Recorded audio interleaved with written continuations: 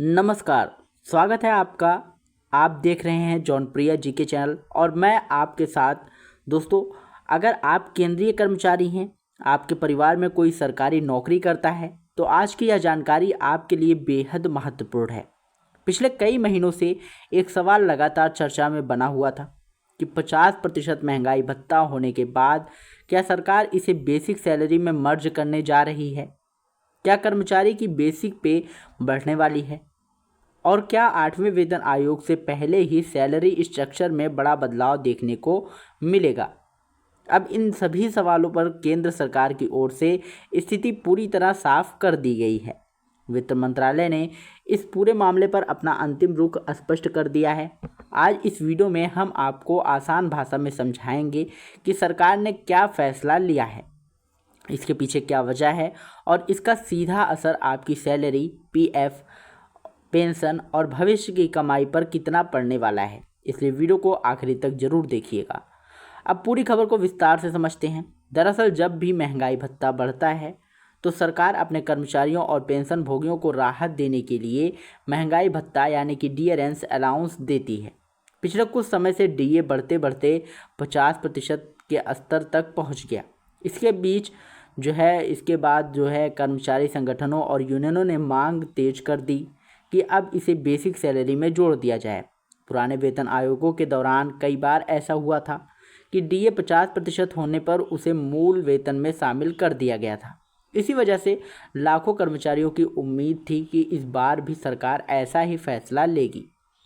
कर्मचारी संगठनों का कहना था कि अगर डीए बेसिक पे में मर्ज हो जाता है तो केवल सैलरी ही नहीं बढ़ेगी, बल्कि पीएफ, ग्रेच्युटी, लीव इनकैशमेंट और कई अन्य भत्तों का भी लाभ ज़्यादा मिलेगा। इसी मांग को लेकर कई कर्मचारी संगठनों ने सरकार को ज्ञापन भी सौंपे और जल्द फैसला लेने की अपील की। लेकिन अब इस पूरे मामले पर वित्त मंत्रालय ने साफ कर दिया है कि फिलहाल डीए को बेसिक पे में मर्ज करने की कोई योजना नहीं है। सरकार ने स्पष्ट शब्दों में कहा है कि 7वें वेतन आयोग में ऐसा कोई नियम नहीं है कि 50% डीए होती ही उसका ही बेसिक पे में विलय करना अनिवार्य हो।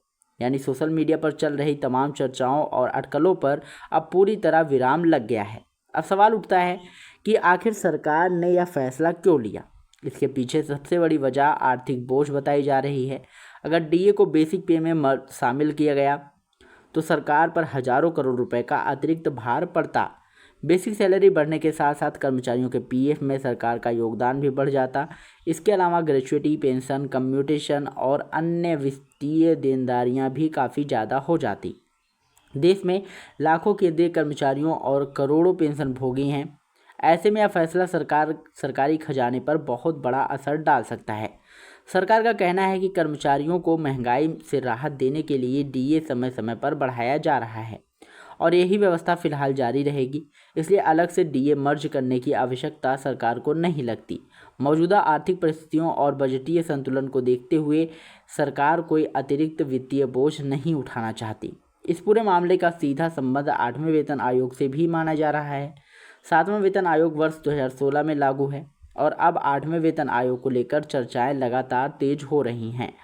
कर्मचारी संगठनों की उम्मीद थी कि अगर अभी डीए बेसिक में जुड़ जाता तो नए वेतन आयोग में फिटमेंट फैक्टर की गणना भी ज़्यादा बेसिक पे से होती और कर्मचारियों को बड़ा लाभ मिलता।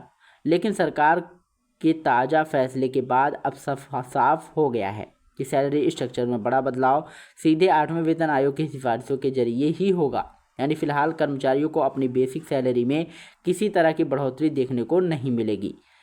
हालांकि महंगाई भत्ता पहले की तरह मिलता रहेगा और भविष्य में डीए में होने वाली बढ़ोतरी भी मौजूदा बेसिक पे पर ही लागू होगी। इसके अलावा 7वें वेतन आयोग के नियमों के अनुसार 50% होने पर डीए जिन अन्य भत्तों के संशोधन किए प्रावधान है, जैसे house rent allowance, children education allowance और ट्रैवल अलाउंस, उनका लाभ कर्मचारियों को मिलता रहेगा। सीधी भाषा में कहें तो आपकी मौजूदा टेक होम सैलरी में कोई कटौती नहीं होगी, लेकिन बेसिक पे बढ़ने से मिलने वाले अतिरिक्त फ़ायदे फिलहाल नहीं मिलेंगे। यानी पीएफ, ग्रेच्युटी और भविष्य की पेंशन में जो बड़ी बढ़ोतरी होने की उम्मीद की जा रही है उसके लिए अभी इंतज़ार करना पड़ेगा। फिलहाल वित्त मंत्रालय ने स्पष्ट कर दिया है कि सरकार आर्थिक स्थिति को ध्यान में रखते हुए ही फैसला लेगी और डीए मर्जर को लेकर कोई अलग कदम नहीं उठाया जाएगा। अब सभी कर्मचारियों की नज़रें 8वें वेतन आयोग के आधिकारिक घोषणा पर टिकी हुई हैं, क्योंकि सैलरी में बड़ा बदलाव अब उसी के जरिए होने की संभावना है। अब आप हमें कमेंट करके ज़रूर बताइए कि सरकार का यह फैसला आपको कितना सही लगता है। क्या डीए को बेसिक पे में मर्ज होना चाहिए था, या फिर सरकार ने आर्थिक स्थिति को देखते हुए सही निर्णय लिया है? आपकी राय क्या है, हमें कमेंट बॉक्स में ज़रूर बताइएगा। और अगर आपको ये वीडियो पसंद आया हो तो वीडियो को लाइक करिएगा, शेयर करिएगा, और यदि चैनल पर पहली बार आए हो तो चैनल को सब्सक्राइब करके बेल आइकन जरूर दबाइएगा, क्योंकि हम ऐसे महत्वपूर्ण अपडेट्स आप लोगों के लिए हमेशा लाते रहते हैं। मिलते हैं नई अपडेट्स में, तब तक के लिए जय हिंद, जय भारत।